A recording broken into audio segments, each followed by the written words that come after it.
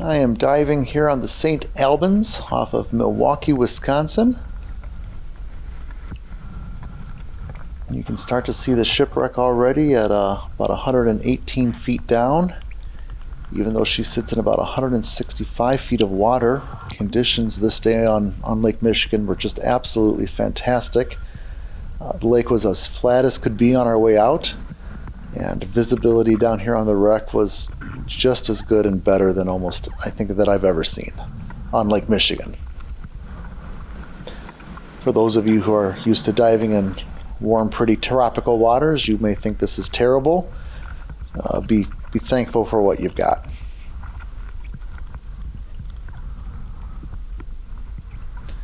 This was an absolutely great day of diving out on Lake Michigan. This is my first time diving the St. Albans, and I really enjoyed this wreck.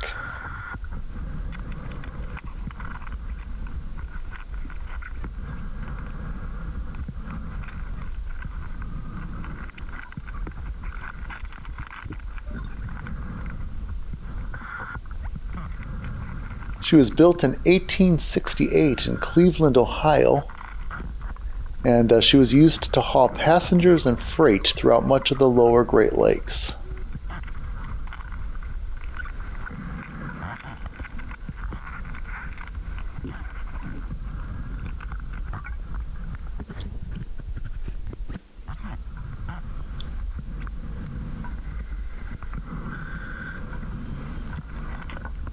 The cabins where the passengers and crew would have stayed have been lost, but there's still a lot to be seen of this wreck. As you'll see, I explore a good portion of it. Here's the propeller and the rudder.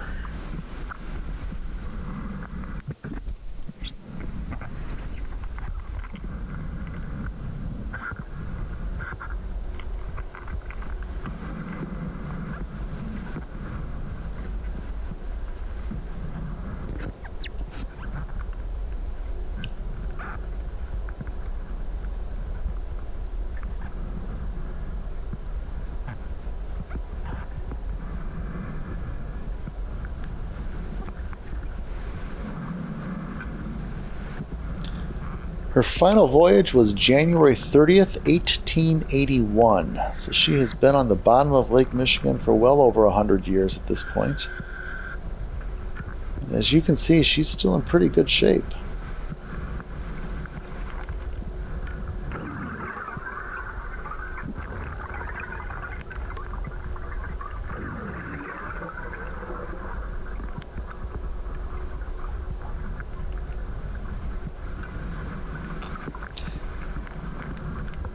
Obviously, with a depth of 160 feet, this is not a dive for recreational divers or even advanced. You need to be familiar with decompression procedures and be properly trained and properly experienced to do this dive. Please, no matter what kind of dive you're doing, make sure that you're doing it within your training and experience levels.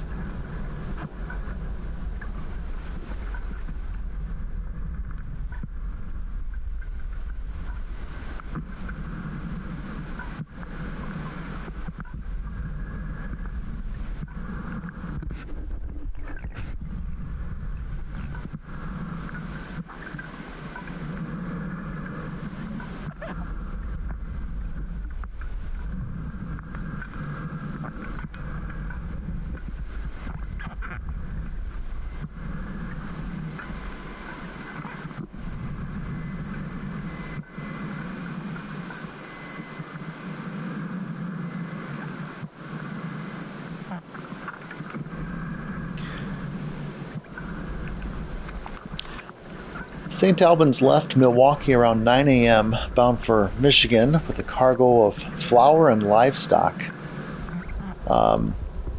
She was, this is January, Lake Michigan. It was icy, and she was making her way through the ice. And it seems like the crew was being appropriate and cautious, and making sure that the pumps were ready and working, and they were monitoring the situation, and everything seemed to be going fairly well as they were making their way through the ice fields. And the vessel was continuing to remain dry until at about 10:45 a.m.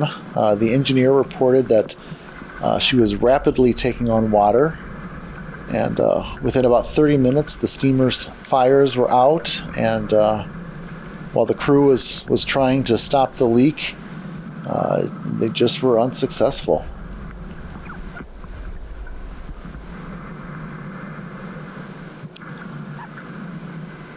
I did a little bit of looking. This was my first dive on the St. Albans, so more than investigating specifics, I really just wanted to get a generalization of the wreck and get to know her a little bit and see what she wanted to share with me. But we're on the port side here, and this is where the ice damage is believed to be.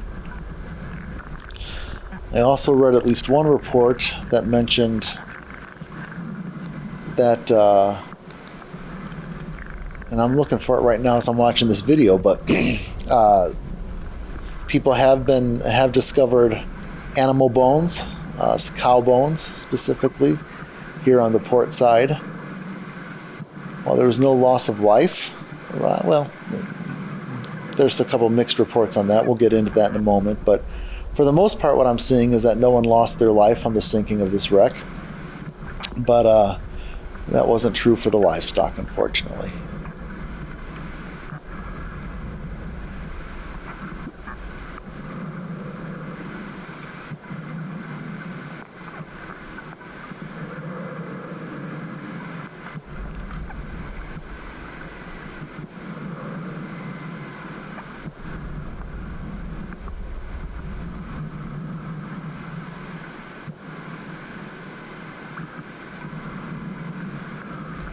As you're going to see, she's well broken up, but there's still a lot of her intact, and that's part of what I enjoy diving this wreck. Is there are parts where you know what you're looking at, know where you're at, and then parts where it's just more of a debris field than anything else.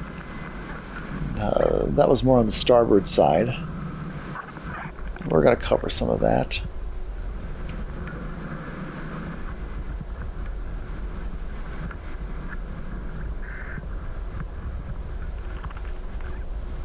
The boilers apparently are still visible on the top, although I'm not sure that I paid much attention to them on the dive.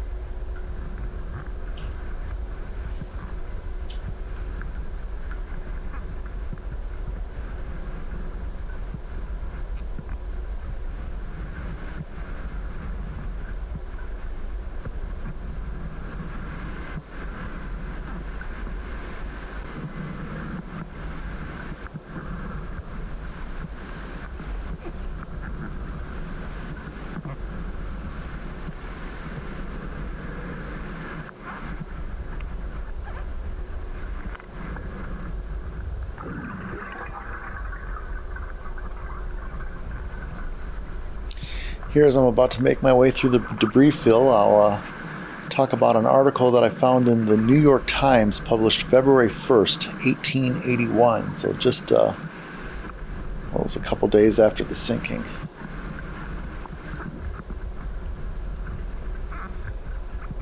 The New York Times reports that George W. Amy, who lives near the lakefront, saw out in the distance, despite a storm, 4 black objects, and the snowstorm was raging.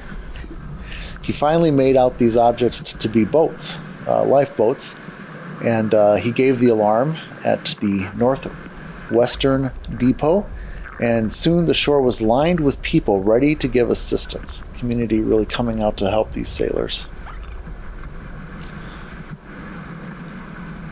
And some reporting that makes us cringe maybe a little bit by today's standards. Back in the time, it was different, but the anxiety was increased by the fact that one of the boats carried a woman.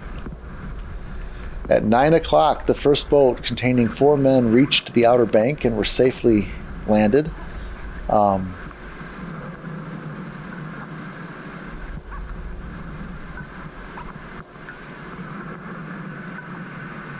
Something about that story, I love the idea that someone sees rowboats coming in, knows kind of what happened, right? There's a snowstorm going on, reports to the community rallies to come together and figure out what they can do to help. And I liked that.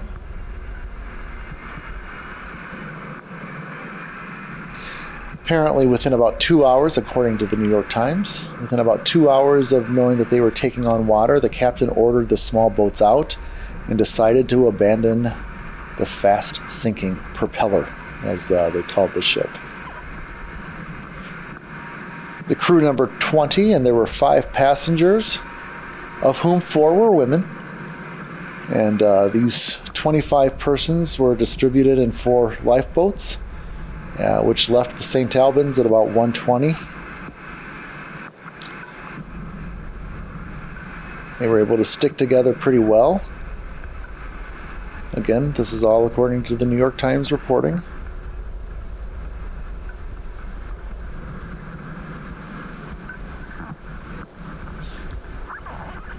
The captain of the St. Albans was Jebediah Casey, which, if you know the name of the channel you're watching, it's my name, Casey Klaus, and so I saw my name in print, or at least my first name used as the last name.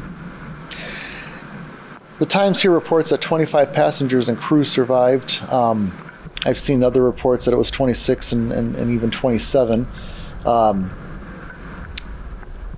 And we're going to get into that right now. Oh, look at that. I mean, let me see. I just think it's beautiful.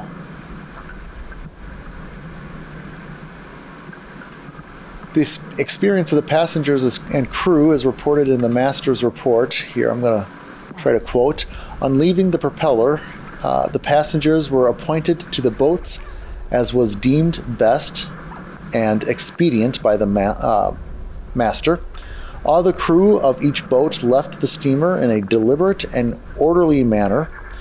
We pushed away from the Propeller at 12:30 p.m. with Milwaukee, North Point being southwest and west and about 20 miles distant. We headed our boats for shore, but in consequence of the drifting ice, we made slow progress, and at dark had only made about 5 miles in a southeasterly direction. We continued working all night in fields of slush ice. At 9:30 a.m., January 31st, we saw the Propeller Nashua coming out of the harbor. She came as near to us as was safe and lowered a boat alongside us, but we deemed it safer to try to land the boats and run the boats than run the danger of being swamped by getting alongside the Propeller. We finally reached the beach by the assistance of the life-saving crew and the efforts of the citizens. One deckhand is missing and is undoubtedly lost. So, apparently, after this article came out, that deckhand was found. I'm a little curious if that person was bobbing in the ice slushy waters of Lake Michigan for a while, or if they just miscounted the number of people in the boats, or what that story was. But most reports that I have found say that no one lost their life, and survivors was about 26, maybe even 27, and so we've got a little bit of discrepancy in reporting. Let you decide what you think is right, and do your own research in the process. Again, that New York Times article was February 1st, 1881, and that last part I was quoting as they were paraphrasing what the passengers and crew said in the master's report.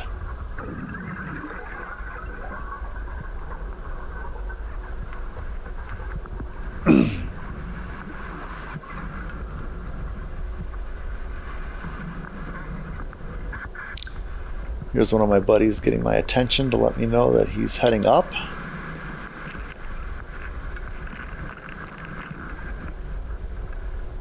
Turns out we were just talking during our surface interval how my glove system has a tendency of failing from time to time, and his has been rock solid, and well, guess the reason that he's ending the dive a little earlier. Little tear in the glove. He's flooded. It's 39 degrees water temperature, and he's got a lot of water in him, so he's ending the dive a bit earlier than me and making his way to the surface, which is a good plan. There's a third buddy down on the wreck with me, and so I'm not alone. And I felt bad for him. We've all been there. Had to call a dive earlier than we wanted to because our dry suit was taking on water. As you saw there, I saw him thumb his dive and quickly made my way to make sure that he was okay. He said that he was, and so I let him ascend.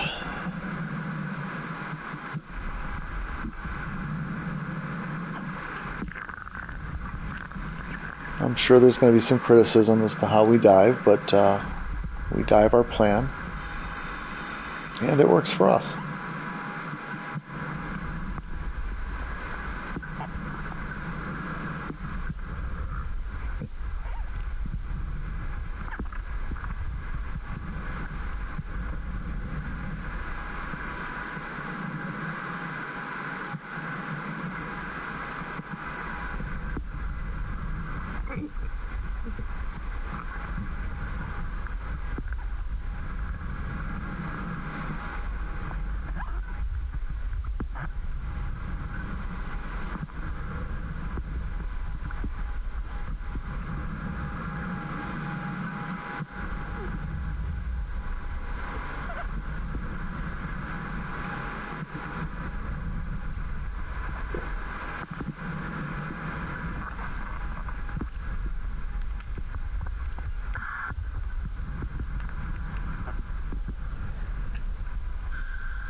You see different artifacts spewing about. There's a couple of wheels or pulleys. It is illegal to take anything off the shipwrecks in the Great Lakes, so please don't.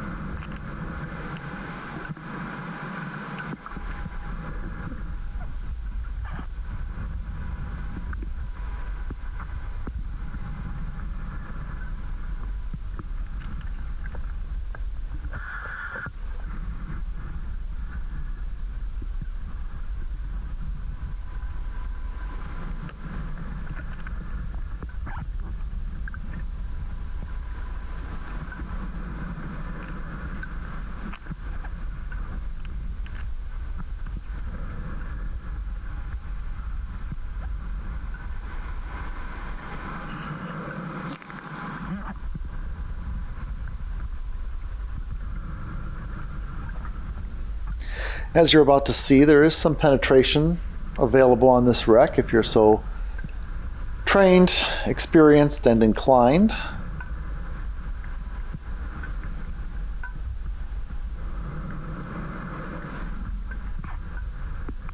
I'm starting to make my way to one of the spots where I imagine you could get in if you wanted to. You need to make your own life choices. On this particular dive, I'm going to stick my head in, but not much more because it's my first dive. I'm just getting to know her. I'm looking at this. It doesn't look terribly secure. It's been on the bottom for over 100 years.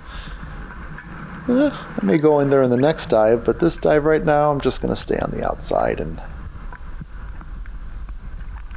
that's going to be my life choice for this moment.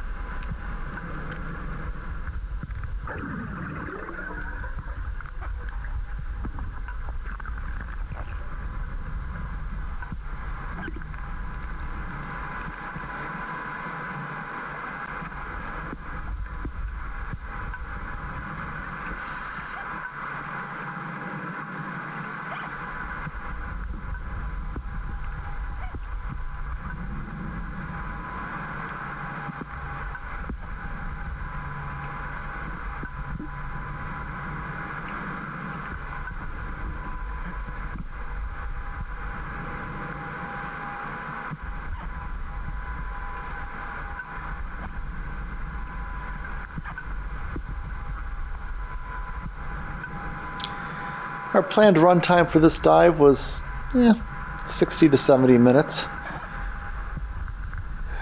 And I'm gonna be coming up right on the edge of that. In hindsight, I think that I would plan this dive to be at least 75 minutes. I wasn't quite happy having to leave the wreck when I did, which is part of the reason why I was a little on the heavy side of the run time.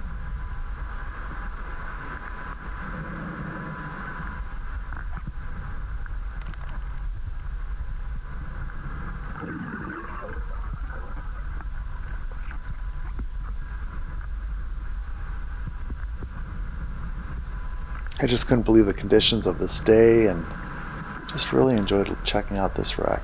I guess there's the boiler, huh?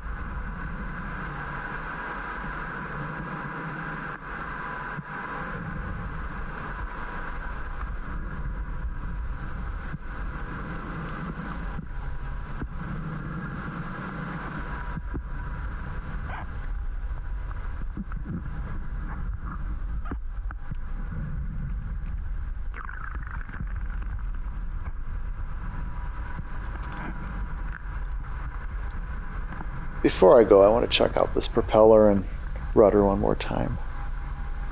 I remember as a kid seeing the pictures of Titanic's propeller and men standing next to it and just how small they seemed, how small they were comparatively. This is not that same size. But still, ever since seeing that picture, there's something about a propeller that just intrigues me, and same goes for a rudder.